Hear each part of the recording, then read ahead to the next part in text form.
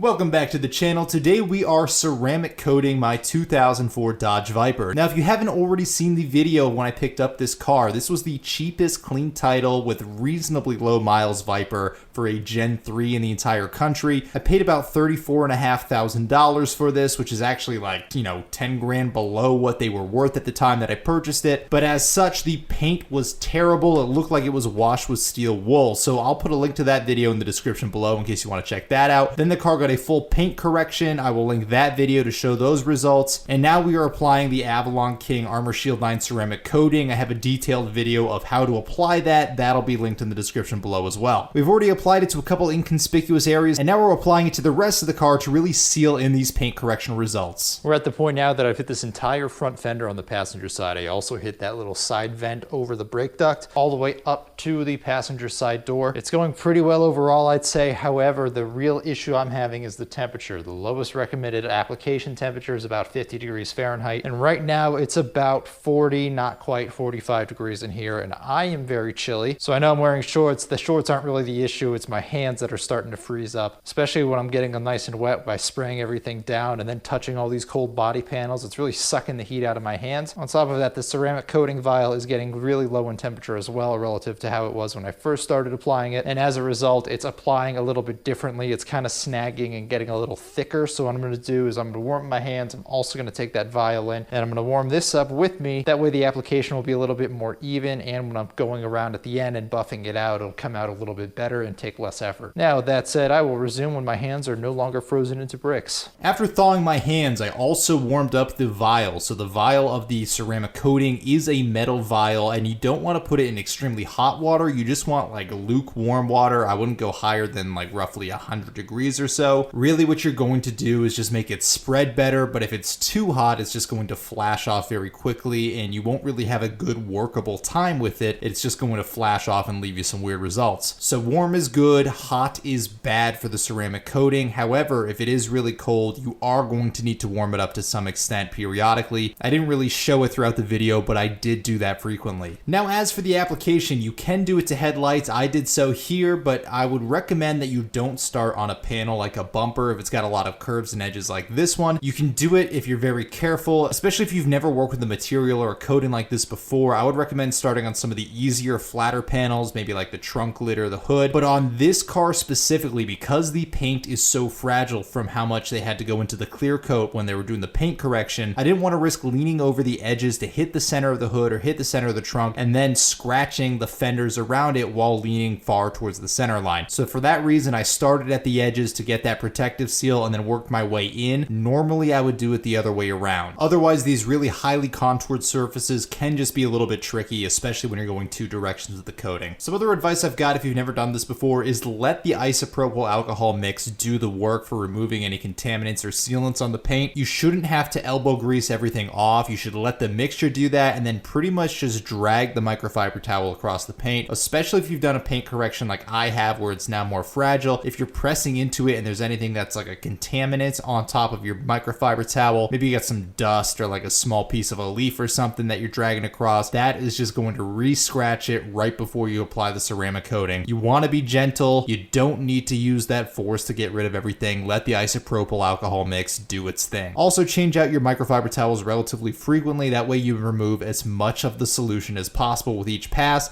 and you're doing less passes to remove it. That way you're just lowering the total exposure of your paint to these passes, thereby lowering the risk of causing any damage right before ceramic coating it. Now for the next biggest piece of advice I can give you is take your time with this, right? This is a detail-oriented job. This is not a get it done as quick as possible job. Because this ceramic coating is going to last for several years, you want it to be right, and any details that you miss prior to putting this coating on are going to be locked in for however many years this coating lasts. That means any dust, any scratches that you miss, that's going to be locked in, but also if the ceramic coating is uneven in different areas, if you go too fast in one section versus too slow in a different section, if it's different speeds in different parts of the cars, you just want to be very consistent and take your time. And maybe that is going fast for you, maybe that is going slow. The key is really consistency here. So for me, that meant just working slower with it. That way I had more time to react and let it do its thing, and then I could catch up to it. That's also part of the reason that I was okay with doing this in a lower temperature, because it gives you more reaction time. but this took me a full day for this car. I mean, a full day. This was like 6 or 7 hours of just ceramic coating. So that said, this is physical, right? It's not like heavy lifting and landscaping all day physical, but you are contorting your body, you're bending around, you're trying to check the light from different angles to see where it's flashing off, stuff like that. So it is very physically involved. You probably will be sore afterwards, but you do want to get it done in one day because otherwise your environmental conditions will be a little bit different. And if it's even a couple degrees warmer or colder, it might just create enough of a difference in the flash off time that it could make a slightly thicker or thinner coating in different areas of the car. You just want to avoid that if possible. I'm not saying you can't do it, but I'm just saying just be careful when you're picking days. You want them to be relatively close in temperature and humidity. It'll just give you a better result in the end because that's really what you're looking for here, is that awesome, crisp, clean result. Quick note here for why I'm breaking out a grinder, by the way. The license plate bracket that came with this car has those like security bolts that have a couple prongs, so you need a specialty bit to take it off, and I lost the one that I was given. So I had to grind down a standard bit to make it fit into this so I could pull my plate off. That way I could ceramic coat the whole surface and I wouldn't get like a weird ceramic coating line only around the perimeter of the plate because I didn't want that in the final product. But anyway, back to what I was saying before. I mean, this is a physical and detail oriented job, but it's not to say it's impossible or extremely difficult. I'm using the Avalon King Armor Shield 9 coating. It's highly recommended as a great system for beginners at ceramic coating, which is obviously what I am here. This is my first time doing it. It's very forgiving with the flash off time and the workability. So if you're new to the game, just take something that's longer to flash off. That'll give you a much better result in the end because that slower working time gives you the time to react like I have here. Because let's be honest, I am not a professional detailer. I think I've got like a pretty good attention to detail, but there's no way I could do this full time for a living. And I'm also actively recovering from a head injury, not only when I was filming this and doing the ceramic coating, but even now, several years after I filmed this, I'm still recovering, right? And if I can do this with quite literally a damaged brain, you can probably handle it on your own. But a quick side note, here is actually where I first noticed the problem with the trunk hinges. You might have noticed they're not standing up and I almost snapped my fingers in the trunk. That kind of would have hurt. That thing is heavy. Link to that video in the description below if you want to check that out as well. Otherwise, this is done. I've now finished the full ceramic coating on this car. What I'm going to do is roll it out into the sun. That way I can see if there's any residue anywhere that's left and do a final buff of this.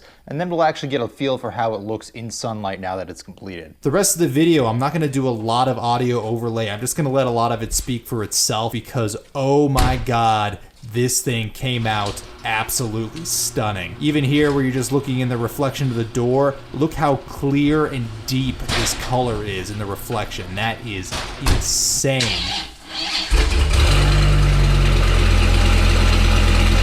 I will ask that you excuse the little bit of belt wino. Like I said, it was about 40 or 45 degrees out on this day.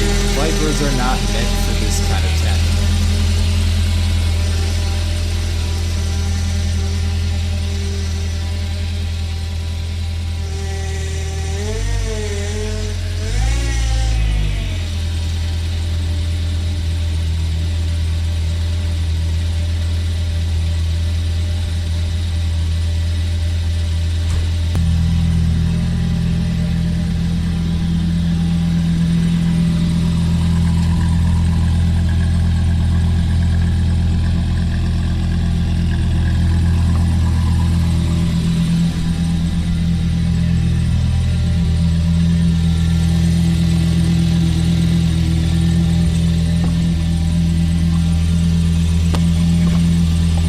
Now that the car's in natural sunlight, it's easier to see any imperfections, so I'm doing a final microfiber buff here, then the car should be good to go. This just takes out any perceived high spots or things that look like smudges. Then I'm going to put the plate back on and we'll get a full walk around. While I'm doing that, look for the color, the clarity of the reflection, and just the depth of the paint color.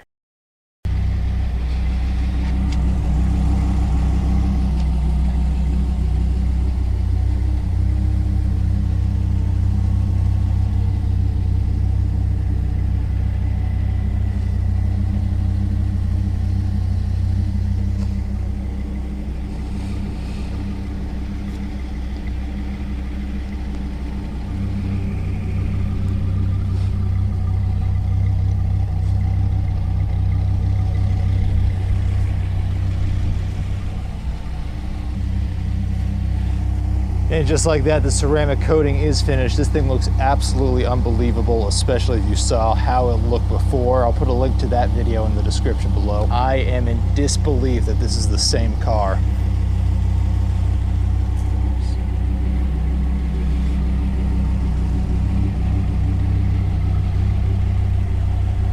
Yeah, that is unreal. Wow.